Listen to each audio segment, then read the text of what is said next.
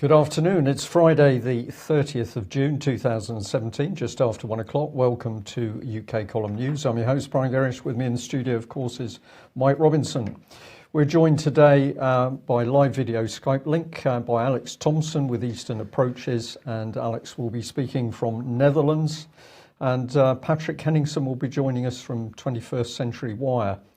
So we'll just give people a reminder that unfortunately June has not been the end of May, but maybe July will bring something special. Alex, we'll get straight in with this from Russia Insider. The headline is MI5. Perhaps it is, Mike, actually. I think that's a perfectly acceptable slip. Yeah, MI5 tries to exchange bribes to Russian bankers for espionage against Russian officials. Surely this type of thing would never have happened in your day. I was very interested in seeing how the former Soviet Union countries were always trying to woo the EBRD, the European Bank for Reconstruction and Development, but it didn't get to this level. The EBRD, I've come to realize in hindsight, is one of the tools by which the usual Bretton Woods, IMF, World Bank clique, basically the BIS clique, ultimately Rothschild banking, got its claws on the former Soviet Union by setting up the EBRD in '91 and then making these countries jump through hoops of democracy and transparency, so-called, in order to get the loans. And I did see how important these EBRD loans were to countries like Georgia and Ukraine as they tried to become pro-EU, pro-NATO states, basically tying themselves in. But this has gone on in the Russian Federation itself because, of course, there's been a much more concentrated vector there, which is getting the Russians to have a Rothschild central bank. You know, you have this conflict between the Euro-Atlanticists among the economists in Russia and the Putin or KGB coterie, basically, and there's been this long struggle. And in this case, Russia Insider, a very reliable source, by the way, if you watch their subtitling of Russian video content, extremely good. They've noticed that in the trial of Andrei Ryzhenko, a serving senior at the EBRD in London, where it has its headquarters, he was basically being put on trial for allegedly millions of pounds of bribes. And there was testimony during the trial that the EBRD cooperates with MI5 to offer immunity to EBRD executives and also to allow EBRD records to be used in espionage operations against EBRD shareholders, which has meant the Eastern Europeans and Russians, you know, who are at the controlling helm of the bank under London's watchful eye. So there's a lot of detail there. The write-up's not clear in places, but it does look like MI5 made a clear deal, spy on Russia and undeclared Russian agents in London, apparently, in order to avoid prosecution. I'm not quite sure how MI5 can pull that off, especially when the prosecutor is the British state, or even if it's a private prosecution, but apparently it happens.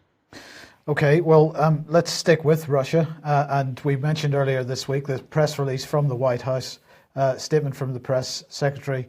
The United States has identified potential preparations for another chemical weapons attack by the Assad regime. And so they were accusing Assad of planning chemical weapons. Michael Fallon said the use of chemical weapons against innocent civilians is absolutely abhorrent. It's illegal under any rule of war. And if you remember, we pointed out that Jim Mattis had then come out and said that it appears that they took the warning seriously. They didn't do it. There had been no such attack. And Mattis also suggesting that there were definite deconfliction zones in place with Russia in Syria. Well, it appears that the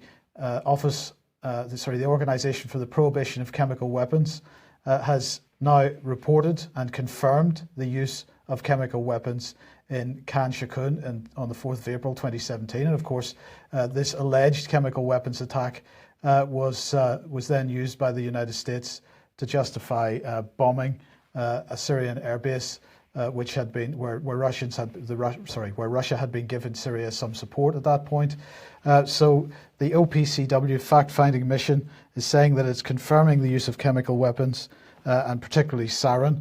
And they're saying that they used a rigorous methodology, that they conducted an investigation of alleged use of chemical weapons that took into account corroboration between interviewee testimonies, open source research documents and other records, and the characteristics of the samples, including those provided by the government of the Syrian Arab Republic. And they say that principal methods for collecting and evaluating the credibility of information included research into incidents and existing reports, assessment of corroboration of background information. They conducted interviews with relevant medical care providers. Alleged casualties and other individuals were also interviewed. They reviewed documentation and reports provided by interviewees, the assessment of symptoms of victims as reported by interviewees. So this is all about reports, Patrick, by interviewees, and the OPCW still has not been to Syria. They have not been on the ground to collect any real evidence.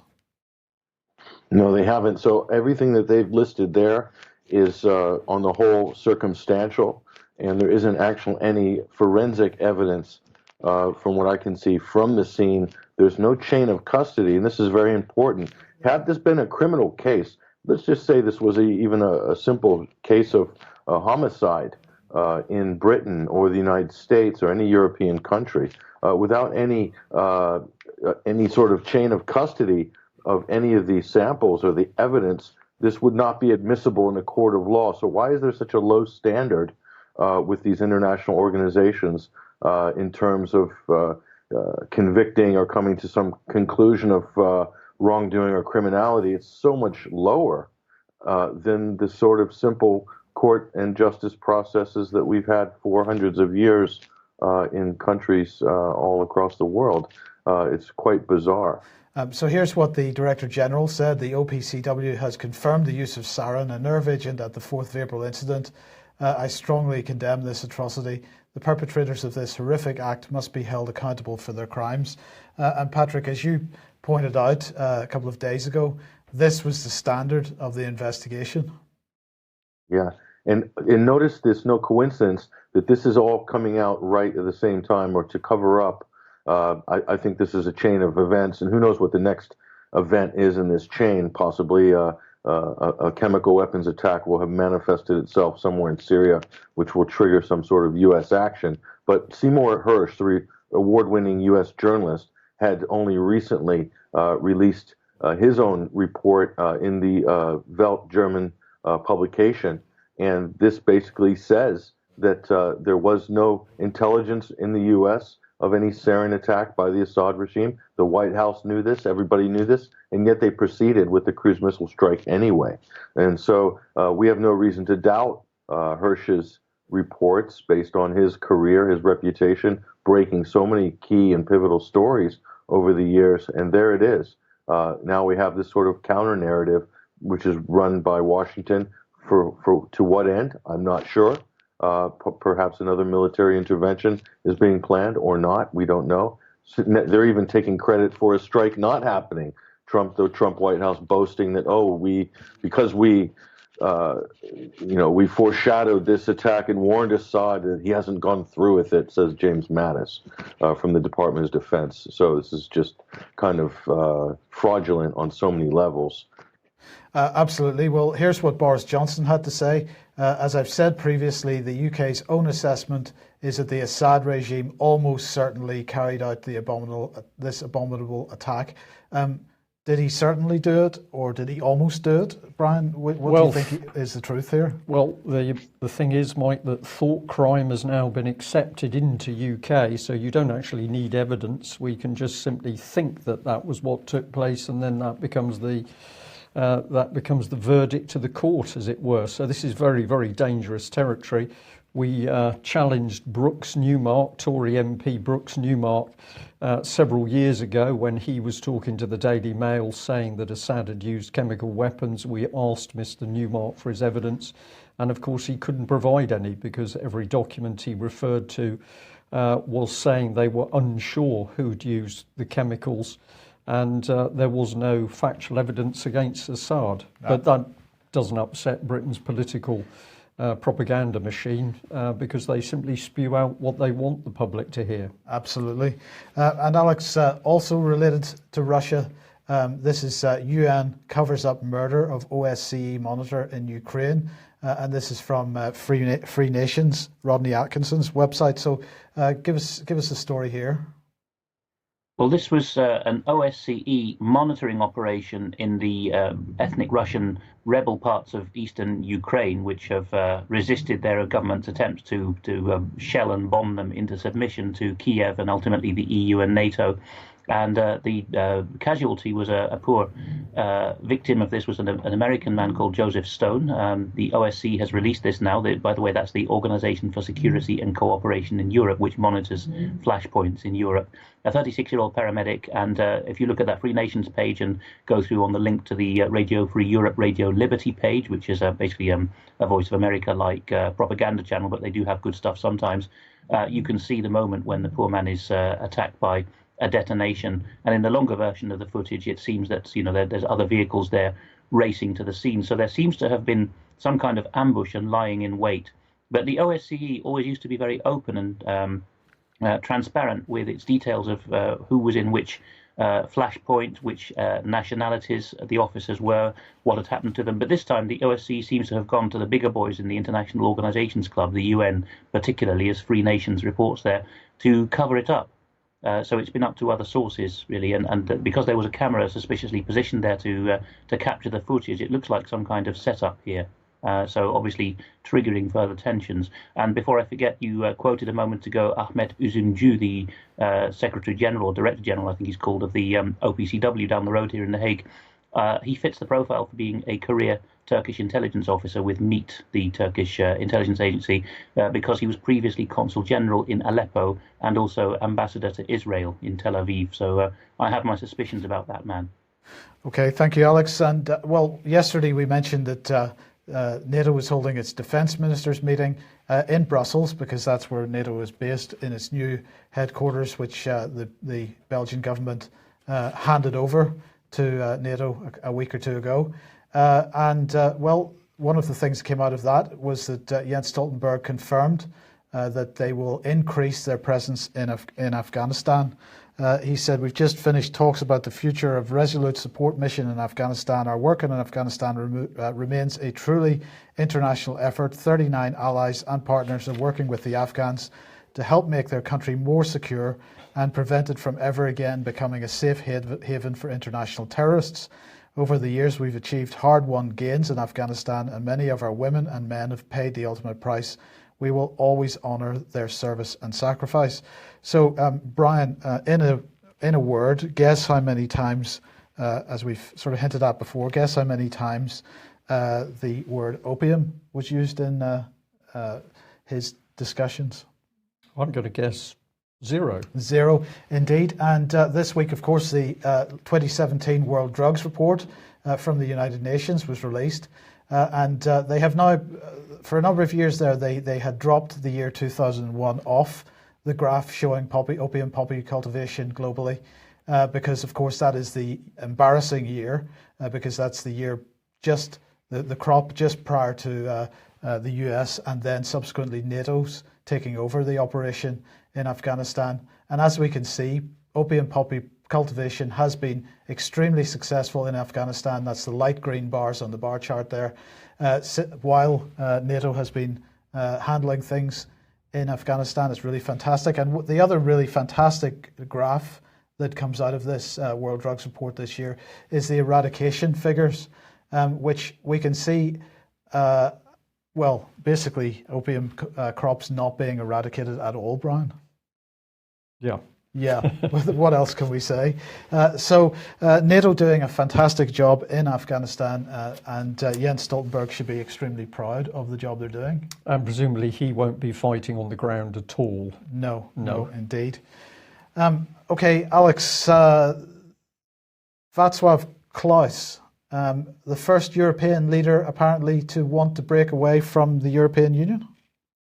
Yes, this gentleman, Václav Klaus, is an elder statesman. He is a former head of state, the former president of the Czech Republic. There are quite a lot of commentators who've written approvingly about this gentleman, because when he was president, he, with very little or no security presence, would wander down to a hall in central Prague every week and hold a discourse with citizens, anyone who would turn up, about the course of the nation. And he did that quite freely. He's a real intellectual. He's of the same caliber, of course, as the Solidarity men in north of the Czech Republic in Poland. The same kind of Christian conscientious backbone figure. And now, of course, the Czech Republic is in this tightly knit Visegrad alliance, the 4 countries from Poland to Hungary, the other 2 being Czech Republic and Slovakia. And that's the core of the group that have said no to imposed migrant quotas. And so this is the keystone country in the middle of the Visegrad Alliance, the Czech Republic, and in some ways the most intellectually and technologically advanced of them. And Klaus has come out of retirement as the first former head of state of a continental country to say it is now time for us to leave. The EU is unreformable. And he's doing it using his own think tank, basically, which he set up in retirement. But just look at the standard. I mean, the guy's wearing a proper dicky bow and cream jacket with a proper classical background. It gives a very strong message that the Central Europeans are a cut above the Western Europeans now in civilization, doesn't it? And Alex, that still is from a video that he has released. It is subtitled, but it's not the only video with comments on this. No, there is, if you look up Václav Klaus, the spelling is on the subtitle there. If you look up on YouTube, Václav Klaus booed, you will see 2009 footage of Klaus addressing the European Parliament. I believe it was in one of its weeks when it was in Strasbourg. And he was invited to give a set-piece speech, and he was warning that, we Czechs know what totalitarianism is, and we see you heading back towards it. At which point, large numbers of MEPs from the mainstream parties, there wasn't much of a patriotic challenge back then. There has been since, but this was, I think, just before the elections that year for the European Parliament. A lot of these groups, the Christian Democrats, the Socialists, and the Liberals, just started booing and walked out of their seats, turning their back on a head of state. Serving at that time.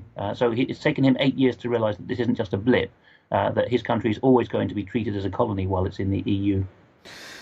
Well, the EU clearly getting concerned about this, and this is on screen a paper entitled Reflection Paper on the Future of EU Finances. And of course, Alex, as Brian said to me earlier, that's probably all they can do on EU finances is to reflect on it, because they don't actually have any audited accounts. So signed off audited accounts. Yeah, they do an audit process, but nobody ever signs it off as correct. That's the... Yeah, and you wanted to highlight page 21 out of this, which are the options for the future finances of the EU. And they particularly seem to be concerned about what happens when the United Kingdom removes its money from the European Union. Yes, people can freeze the screen and look at the second paragraph there, the gap in EU finances arising from the United Kingdom's withdrawal. Then they say in typical European Commission language, okay, that there's a troika here, that all 3 European institutions were involved, EU institutions, but it's basically the Commission in the driving seat saying in that paragraph, once the Brits leaves, we are scuppered. And you can see that on the right-hand side, hard choices will need to be made. But that whole wording there, if people freeze the screen, says basically we're going to have to rethink this. Are we going to go for continent-wide corporation tax? Because at the moment the EU only raises money directly through very limited means, such as a GNP pro rata share of national budgets, plus some direct taxation from VAT and customs duties from odd products like isoglucose. But otherwise the EU is dependent on member states for funding. And the Commission is, as usual, hijacking the moment and saying, let's have some collective chin stroking about what's going to happen when the Brits leave. And they fly a kite for the option of do less Europe. But of course, the European Commission never believes in that. It's just a way of putting that up as option number 1 so that they can put in option number 2 in the paper, which is start taxing everyone continental wide. So what we're talking about here is a federalised tax system. Yes, and this doesn't stop with the EU. It's just opportunism, really. The EU is a stepping stone in many ways to UN and world government. And I must clarify here, I was recently interviewing a former UN diplomat, Peter Ford, for the second time, and he is one of the good men in the system. But we have to make clear here that the UN, from the outset, was conceived as a globalist model, even if it had many good people in it. But the EU is a way to get there. And if you read Bernice Barteld's articles on her Global Citizen News website on Blogspot, and sometimes she writes for us, she points out that we're very close now to having individual digital identities globally, and the EU will be one of the natural models or forums in which these can be used to tax people, or indeed, as she's increasingly arguing, it will be a sweetener. You won't have to pay tax to get your basic utilities as long as you're a good boy, and as soon as you stop being a good boy, then you may find it impossible to access these utilities. Your number will be turned off. Okay, let's move back to the UK then, and Theresa May. And I suppose this is still continuing fallout from the election and some of the comments that were made during the election campaign. Legal move is the headline to take Theresa May to court over planned use of Trident. I found this a very interesting report by the Herald. Of course, it's a moderately, socialistic newspaper for Scotland. It's not particularly keen on Scottish independence, but it reports the whole mainstream of Scotland, particularly from the Central Belt, the industrialised, left-leaning part of Scotland where most of the population is and where the nuclear weapons are. And it's reporting that after many years of fairly out in the sidelines campaigning, the types who used to be in the CND, the Campaign for Nuclear Disarmament, have now got a legal challenge because of the stupidity of the likes of Sir Michael Fallon, our Defence Secretary. They've been able to collect a large dossier of warmongering statements of the kind that you see reported on UK column news from week to week, and have handed that into the Attorney General's office. It's not so they're not doing it Scotland-wide. They're doing it UK-wide, and of course the AGO is actually an England and Wales institution, but that's where the government's headquartered.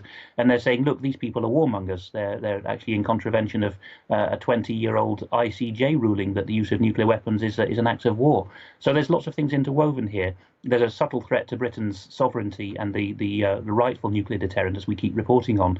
But the way that they've managed to get that far is unfortunately because of the stupidity of some of our politicians who have been echoing the same line that's coming out of the Pentagon recently, the first strike idea. And do you think they have any chance? It depends on the constellation of ministers. At the moment, there will be heavy pressure put on the AGO, the Attorney General's office from above, to squash this. But there's always lots of Fabians and other fellow traveller cultural Marxists in the woodwork in these legal bodies like the AGO who do enjoy opportunities to rob Britain of its effective nuclear deterrence, just as there are in the MOD planning, which enables us to have very little nuclear deterrent left in the submarines and low capacity to guard those submarines. So I don't know, perhaps Brian would like to comment. I think there's some chance that the establishment could see this as the moment to flick the switch.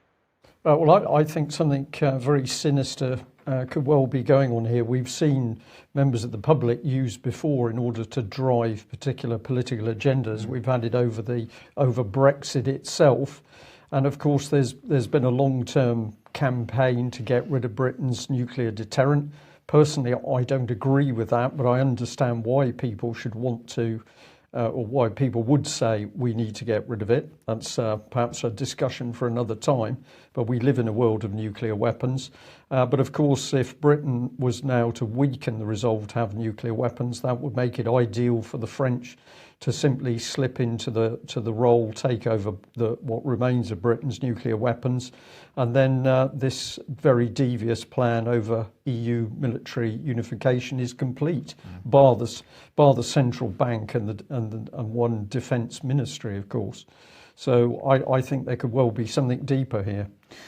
Okay, let's move on to the BBC. And Alex, BBC's Caversham Park put up for sale. Now, this is part of the great privatisation which George Osborne began, the great privatisation, the sale of public assets, which apparently the Treasury is not keeping any record of, because when I asked them for details of it, they said, we don't have them. But this is interesting because this is the home of BBC Monitoring. Yes, this is just outside Reading, west of London, and you can see how grand that building is. I toured it as a GCHQ officer, as one of their consumers for their material, which is translations and gists of foreign media. And I found it a dark place. It felt more like GCHQ than GCHQ did, in the sense of serried ranks of officers with their heads down doing secretive things. GCHQ had a far more open culture, actually.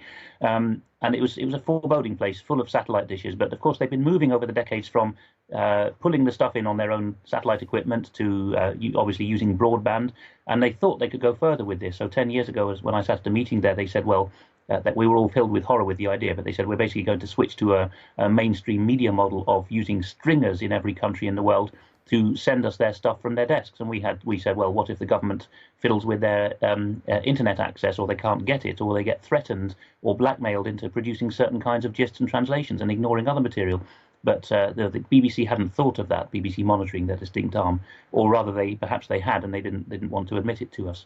But they've limped on with reduced funding, with more money coming straight from the Foreign Office, and now they're basically turning into a shell. They're just going to be a couple of people from a desk in the main BBC offices elsewhere, London, Manchester, and so on. It'll just be a brand with no expertise in it, which I think is odd because the BBC is continuing, as Brian keeps reporting, to want to shape overseas media. And of course, BBC Monitoring is the other part of that, is using overseas media to shape Britain. So they're going to just be doing it through other means, perhaps more underhand.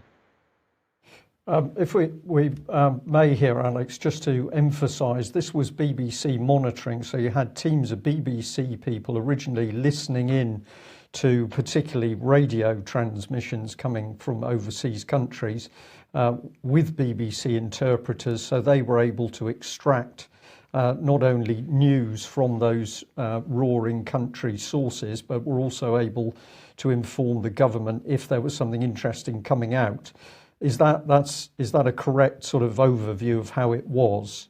That is exactly it. You would get a daily gist per country and per topic with these wonderful one-paragraph summaries, and if you requested, you could get a full translation. So it would be what the Iranians or the Azerbaijanis or Zimbabweans were saying in their own languages about the world and Britain. Right, okay. So that is all slowly being pulled apart because the BBC is putting its own journalists in country, and what we've repeatedly warned about is that the BBC is then training journalists in country, so they think they're operating independently, but in fact they are part of the BBC's machinery. Well, where is the BBC going? I'm going to say thank you very much to a viewer who sent us this little email. It said, so Brian, the brain games start with the BBC over Grenfell. So fake victims being created by unreliable sources. Is this not odd that yesterday's UK column let it be clearly known that you were gathering info on the number of dead or missing? This is to water down your work in this area. And that was very kindly sent in by Daryl. Well, we did some work on this morning, and it's just been fascinating. So what a lovely segment after your introduction there, Alex. Let's have a look at this. Here's BBC Trending. This is the web page. They've got an article about Qatar at the moment, the Qatar row. But this is what they say about themselves. The BBC Bureau on the internet reporting on what's being shared and asking why it matters. And we've labelled this that what we're really looking at is a BBC smokescreen, which is mixing social media conspiracy theory and fake news to help the government cover up the number of victims in Grenfell Tower. Now let's have a look at some of the way this organisation works.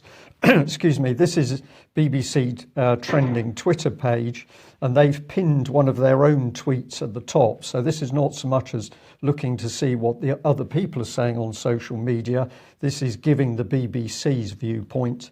But this is what the viewer picked up. BBC Trending, Grenfell Miracle Baby, why people invent fake victims of attacks and disasters. This is a little bit of the text. It started on a clickbait-heavy fake news site which uses the name of a real media outlet, Metro. The story also swiped the BBC's breaking news graphic to create an alert that appears real enough if you don't look too closely. And I'll give you this paragraph as well. BBC Trending noticed a spate of fake victim pictures on Twitter in the wake of this year's terror attacks in Manchester and London. Some were posted online within minutes of the attack. The fakes take the form of a tweet urging members of the public to look out for someone with an attached picture, usually taken from some other website or social media account. So this article mixing up Grenfell Tower block, where of course the public have been saying quite openly, why isn't the government telling the truth about the number of victims? And in with that particular subject, the BBC then brings the Manchester and London attacks. So where does the information come from with regard to Grenfell? Well, here is the tweet. So you can see Metro, you can see breaking news. But if you look down at the bottom, this particular tweet has only been retweeted, I think it's 19 times. So it's come out of one particular area, at Paper Ghost. And this has been the basis, the whole basis, effectively, for the BBC Trending story. So let's have a look at Paper Ghost. And I haven't played with this image at all. This is the man, a malware analyst, Chris Boyd, and it's his work that's been used by the BBC to create this story. So if we follow it through, here's Chris Boyd's own Twitter page. And if we go on it, I'm going to say a lot of rubbishy items, but he did push out this. He's talking about the fact that a mere £5,000 has been paid to the Grenfell survivors. He's put out the video clip where the Royal Borough of Kensington and Chelsea is saying that they're upset because the journalists are in the council meeting, members of the local area getting very upset. And he also pushes out this one, saying that it's obvious that there's going to be a big cover-up of Grenfell. So you've got one tweet pushed out by this man, but he is capable of recognising that there's very serious stuff going on around the reporting of the Grenfell fire. So let's emphasise that. This was Russia Today, saying that survivors of the fire have actually been barred from Kensington Council meeting due to a risk of disruption. And in fact, the press had to take a legal action in order to get in. But I believe that meeting itself was cancelled, is the latest I've read into that. So we've got a story about fake victims interspersed with real reporting around the distress of the local people in the Grenfell area. Who's the man who's put this together? Well, it's this man, Mike Wendling of BBC Trending. And he said in his article, BBC Trending contacted a number of the people who were spreading the false rumours about victims. Several admitted they were in it for laughs. One was a self-described fascist who said they were a teenager living in the United States. He mocked people who retweeted his hoax in which he created a fake London Bridge victim. So who is this Mr. Wendling? Well, if we go to his Twitter page, I'm just fascinated by that header. I'm not sure what that is about. It's a rather austere, threatening, slightly morbid image of nothingness. But you can make your own mind up. But what did I find on his Twitter page? Well, I found that somebody got particularly upset with him because effectively they said he was harassing them. Hi, Mr. Wendling. I have no interest in being interviewed by the BBC. With that said, I'd appreciated it if you would stop bothering me and stop messaging my friends about me as well. If you don't halt the harassment, legal measures will be taken. So this is very interesting action from a so-called BBC reporter. This tweet was retweeted with several different covering comments. But what I pick up is that this man is up to no good himself. Harassment is being mentioned. So let's go on with what he says in his article. He brings up a lady called Whitney Phillips. The expert in trolling says that despite varying motives, the pranksters tend to have a pattern when picking out their fake victims. Around the globe, far-right actors have made great efforts to engage in media manipulation, and one of the ways that's done is to go after the most vulnerable populations or historically underrepresented populations that they see as occupying a politically correct or social justice warrior ambit. So let's put these pieces just together. Here is Mike himself. So he uses the tin-hatted Viking Chris Boyd as his source for the story. He brings in this expert, Whitney Phillips. Here's her Twitter page, even more bizarre header there.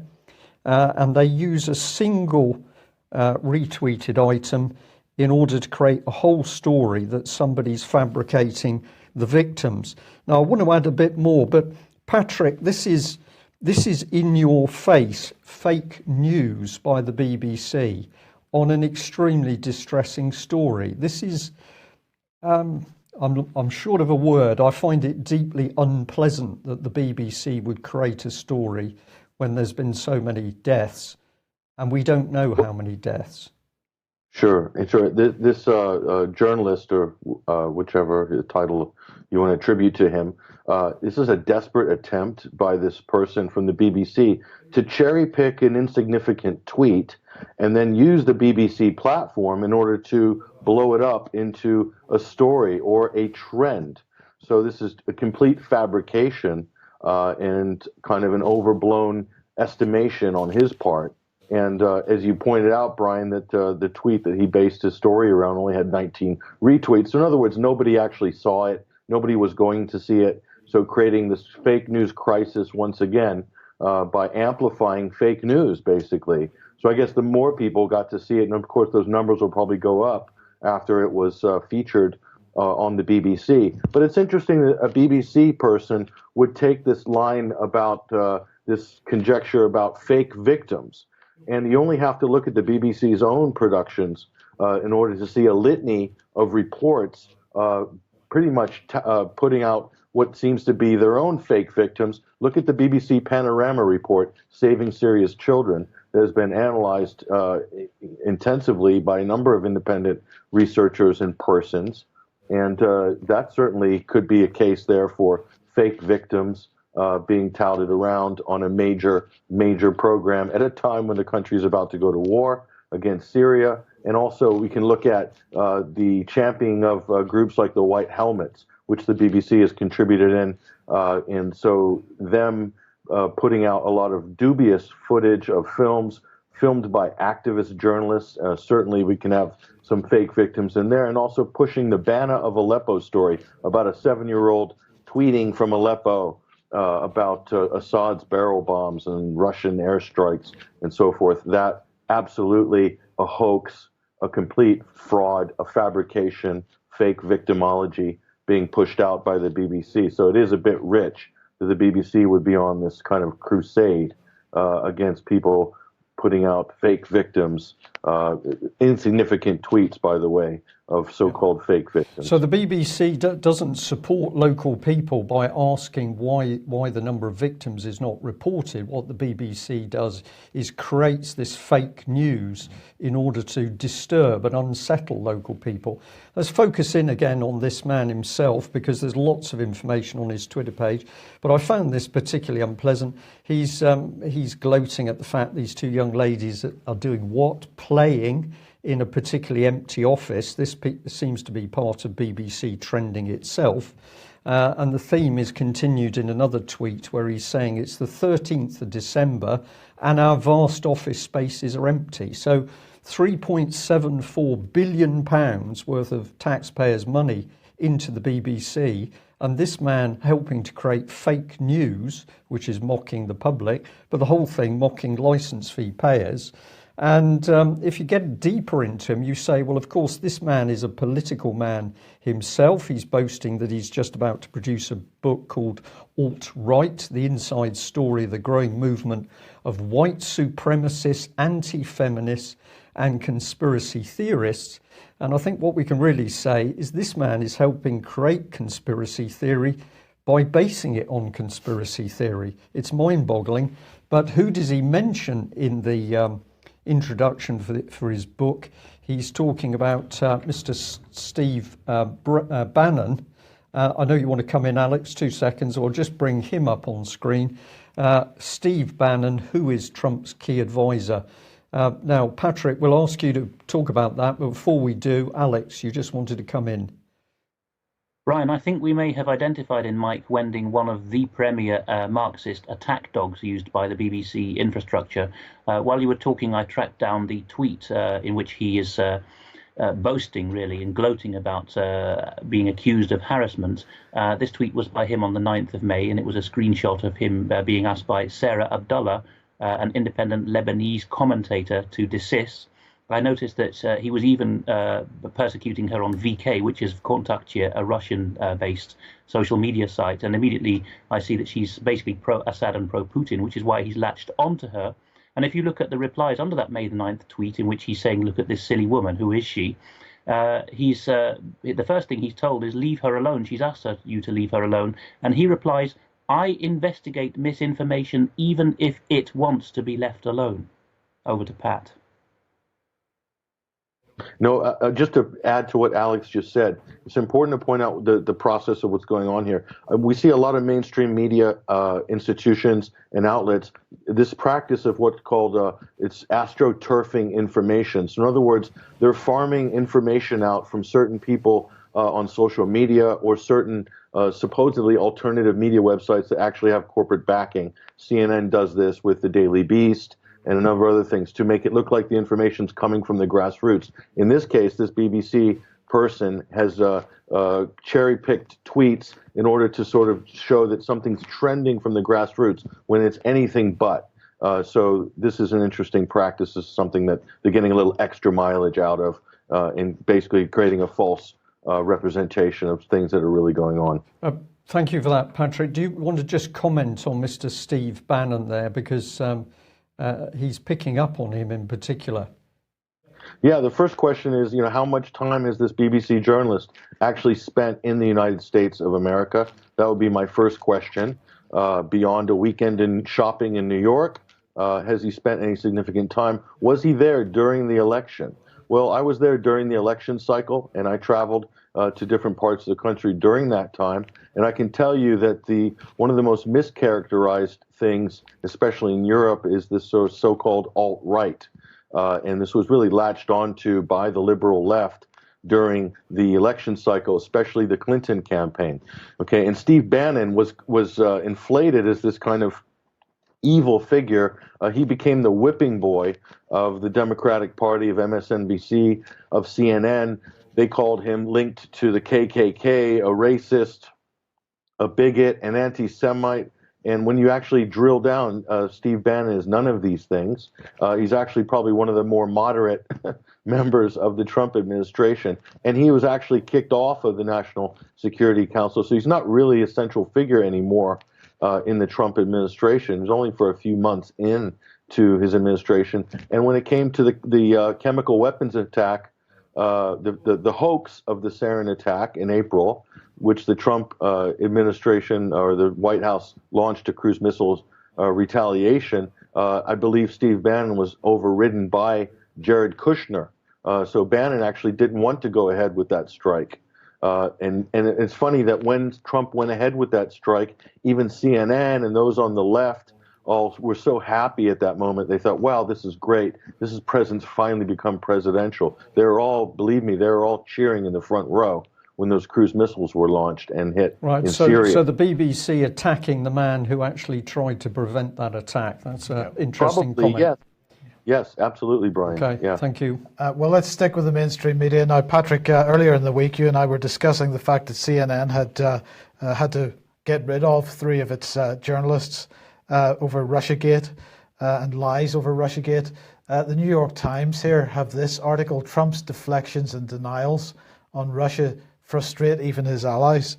And unfortunately, they've had to make a retraction on it because they had published originally that allegations were supported by statements made by 17 security organizations within or from the American intelligence community, at least.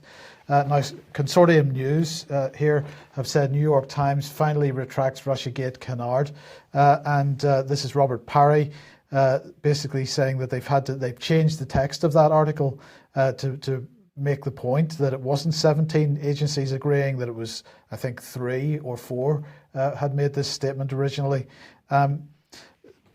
We've made this point this week, Patrick, but let's just remind everybody, because Michael Fallon, speaking at Chatham House, had made 2 comments in his speech, and of course he said there have been attacks on America, with the United States Office of the Director of National Intelligence concluding that Russia had targeted the presidential election. And even worse, he said, Reuters has reported that Russia used malware implants on Android devices to track and target Ukrainian artillery. And as we pointed out a couple of days ago, of course, even Voice of America had to retract that allegation. But what seems to be going on here, Patrick, is this sort of roundabout carousel of nonsense being pushed out in the mainstream media, repeated by politicians, which are then re-reported by the mainstream media, and they're working off each other. Absolutely. So this, even Maggie Haberman, one of the lead sort of propagandists at the New York Times, only last month, basically mocked Donald Trump for not acknowledging the conclusions of 17 U.S. intelligence agencies. And last year during the election, we called this out as a hoax, the whole 17 agency thing. So we were, fairly ahead of the curve on that, eight or 9 months ahead of the curve. But this wasn't a national intelligence estimate. And this is what Robert Perry rightly points out in his great article on Consortium News. This is normally a national intelligence estimate would include dissenting views from analysts, or dare I say, skeptical in this day and age. That's kind of almost verboten. But that's a national intelligence estimate. So in other words, this is to keep the thing of what they call stovepiping from taking place, because this is what happened in the run-up to the Iraq War, where intelligence was stovepiped or stuffed. Bad intelligence or biased intelligence politicized intelligence was stuffed in there so that there was no room for any other sort of dissenting opinion. It was even left out of some of the estimates. So this one that came out was handpicked analysts. This was last year. It was handpicked analysts. And anyone in the intelligence game will tell you, as Alex might corroborate my statement right now, anytime you have handpicked analysts, that's going to lead to a handpicked conclusion. And this is exactly what they got, which wasn't really a conclusion. It's more like a high degree of confidence that Russia likely interfered in the U.S. elections and so forth. So zero standards from the New York Times, zero standards from CNN, and they're basing their foreign policy and sanctions on this type of disinformation, which is manufactured via the New York Times, a paper of record, which every other broadcast network in the United States draws off of across 4 time zones. They set the news agenda, just like the Today program or the Times or some of the major papers in this country will set the news agenda. That's what the New York Times does, along with the Washington Post in the United States. It's very important. Then the information's laundered. The disinformation is then laundered and then makes it to the mouths of politicians like John McCain, Marco Rubio, Hillary Clinton, where they're grilling people during Senate confirmation hearings or congressional hearings saying, why don't you accept the findings of the 17 intelligence agencies? How come you're denying this? And they bully people along this line of this talking point. So it's a complete fraud. I think the New York Times should be shut down. I mean, all these CNN should be shut down for like outright fraud. If you really look at the ramifications of the fake news and the twisting of fact which they present to the public in some sort of trusted forum, it's unbelievable. And what does this lead to? Nearly leads to war. Yeah. I mean, this is a great case study right here. Alex, have you any thoughts? Yes, Mike. In the British system since 1935, we had a way of avoiding this with intelligence analysts forming a clique, and that was the Joint Intelligence Committee, so that they would read at the Cabinet Office, which of course has been taken over by Fabianism more strongly than anywhere else. But we had a means there of filtering and sifting intelligence reports so that decent professionals who were not in any intelligence agency could sort the wheat from the chaff and present something up to the Crown and the government. But the US model doesn't have that. It has kind of heads of intelligence in the agencies who are the favoured political appointees, as it were, who push the stuff up the chain. And now the British agencies seem for the last 10 years to have been moving more along those lines. In fact, since 2003 with the Iraq dodgy dossier, I saw some of it then. So there are ways, just like with appointing the right judges and retirees to judicial inquiries to get the right outcome by setting the terms of reference and the scope. You can do the same with intelligence. Don't be fooled that anything is impartial or above contradiction by other experts just simply because it's called an intelligence assessment. It starts with one person or a small group drafting a paper, and then everyone who's at expert level being asked either to stay outside while it's being written or being asked, you agree with this, don't you, don't you? You know, it's just as political as any other process. Yeah. Okay, thank you for that. We're just going to end with this one. Brian, your favourite member of the British Parliament, Gary Streeter, tweeting out today, "This is why I hate social media. It gives a voice to people who don't deserve one." I think this is one of the most astonishing comments, tweets that I've seen from a politician. The arrogance in this is unbelievable, because what has the person said he objects to? And Mr. Paul Mason says, and this is in relation to Johnny Mercer, another Tory MP in Plymouth, hope you joined in the braying and laughter of your upper class Tory mates as they sent more Plymouth nurses to the food banks. Well, that's exactly what this Conservative government has been doing. But according to Gary Streeter, joint chair of the cross-party or all-party Christian Association in Westminster, he says, well, you don't deserve a voice if you dare to speak up for nurses who are using food banks. We really are in a very dangerous state in this country when we have hypocrites such as Mr. Gary Tweeter, as he's now known, coming up with this outrageous comment. Sorry. We're pretty much out of time. We're out of time, perhaps it's just as well. But just before we go, I just wanted to say thank you very much for the Bradbury Pound mugs. We received them this morning. Yep. Whoever Excellent. sent them to us, thank you very much. Very nice. They will be put to good use. And we'll just say that, we just say a gentle apology for the mysterious, spooky door-opening dog that made yesterday's news so enjoyable. We'll see whether we can prevent that in future. But there we go. These things happen when you're working on less than a £3.74 billion budget. Thanks for joining us. We'll be back at the same time on Monday. And if you're not yet a subscriber to the UK column, please consider taking out a subscription and or making a donation. We can only do what we do with your financial help. Thanks for joining us. Bye-bye. Bye-bye.